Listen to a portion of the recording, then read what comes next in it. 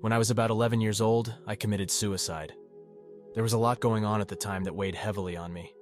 To keep this story somewhat short, I won't go into too many details, but I will say that I'm effectively cut off from most of my blood family because I helped put several of them and people in their close circles who either knew about or helped cover the situations in prison.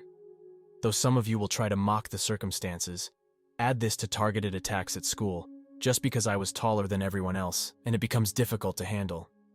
One night I finally had enough and decided to end it all. That was the moment things started to turn, and I knew that something bigger was at play. The moment I started to feel my life slipping away, something happened which seemed to freeze time. I honestly can't say for sure if this was because I was dead or just barely on the edge, but what happened next completely overloaded my senses as a bright blue flash of light appeared from nowhere. It seemed to transport me to another place entirely. When my eyes finally adjusted, I could see that I was in the middle of this blue abyss, for lack of a better word. There was absolutely nothing around me at all. I was just floating in space. I tried moving, but it only seemed like my eyes were able to move.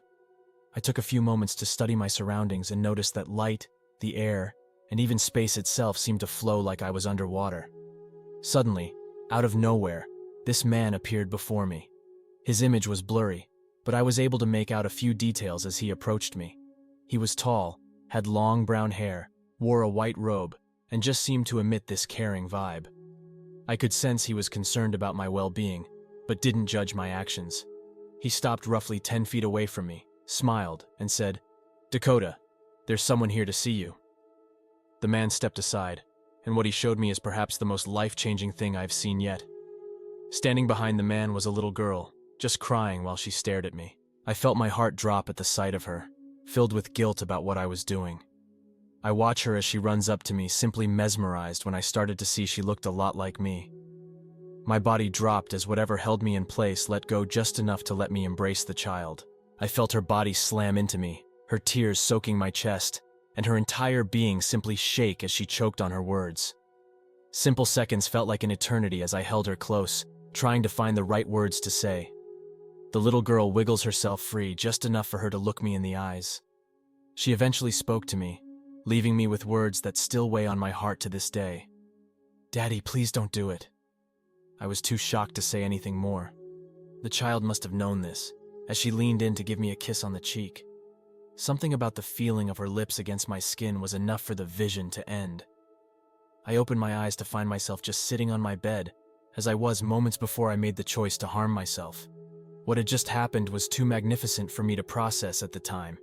It's still difficult for me to find the appropriate words to describe it, so I just went to bed in order to sleep on it, only to have the exact vision play again in my dreams. Most I've told this story to assume that was the last I'd hear of the strange man or the ethereal little girl. Obviously, they don't know me very well. I had to know what happened to me. Who was that man? Was that little girl in fact my daughter? I had to know.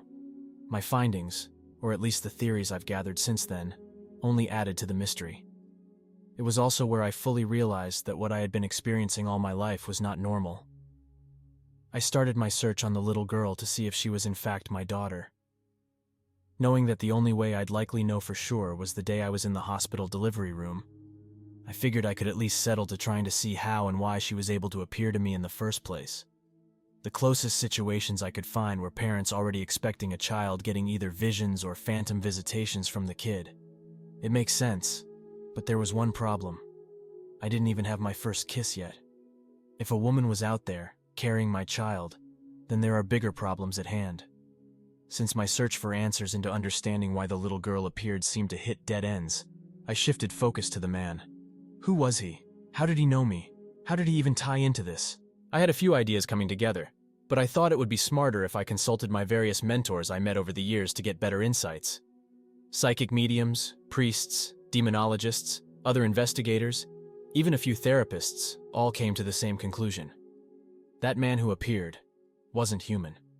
All signs seemed to point that the man was actually an archangel. Archangel Michael, to be exact.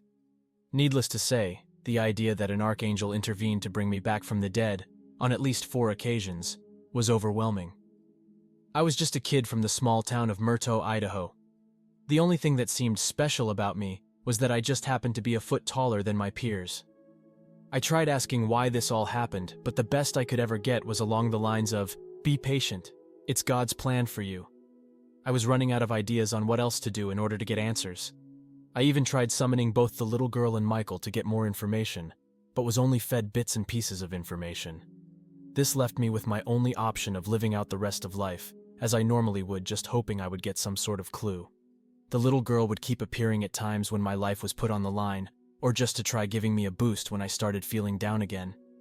Her appearances became so frequent that I gave her a name, since it felt wrong just calling her the little girl over and over again. The first name that would come to mind was Olivia, which I asked her if she was okay with, and she said she loved it.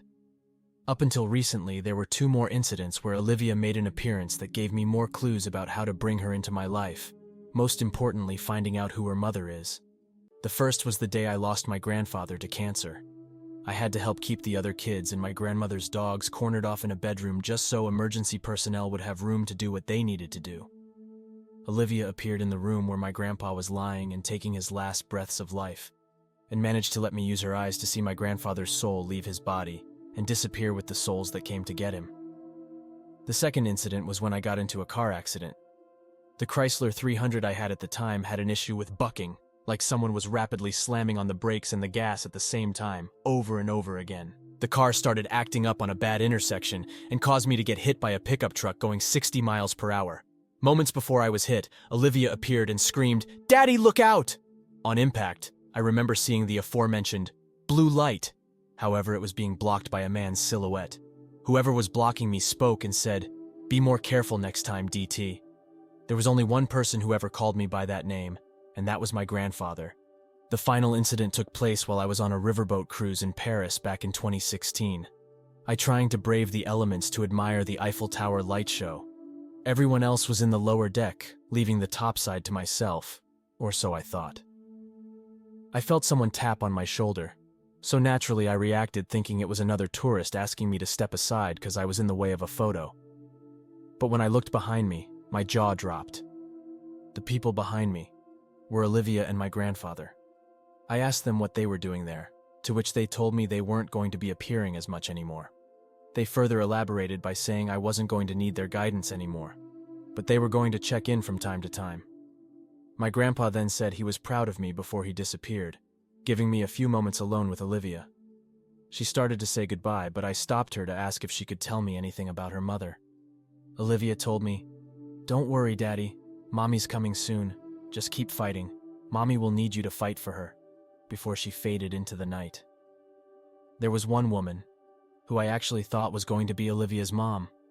I even proposed to her, thinking I was about to finally put an end to an almost decade-long search. But a few months before I left for Paris, she was murdered by the father of the child she was 5 months pregnant with at the time.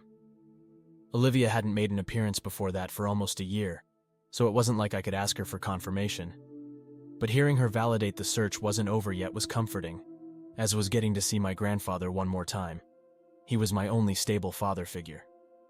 Previous times I told people about this ongoing saga of mine, that was the most information I had to give. Since then, there was a possible hit on the identity of Olivia's mother, but that turned out to be a misidentified thought form of a woman with serious mental trauma.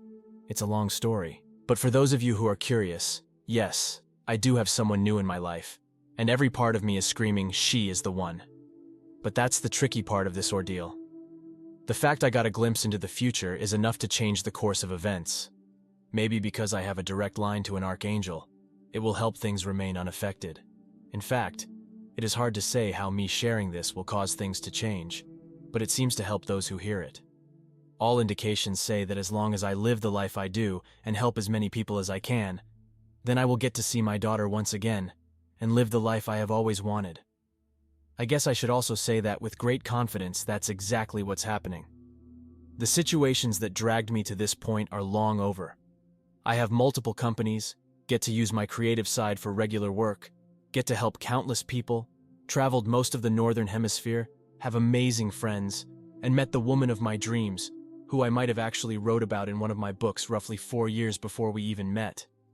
While the situation isn't perfect, life had never been better. I am almost 24 Mao at the time of writing this.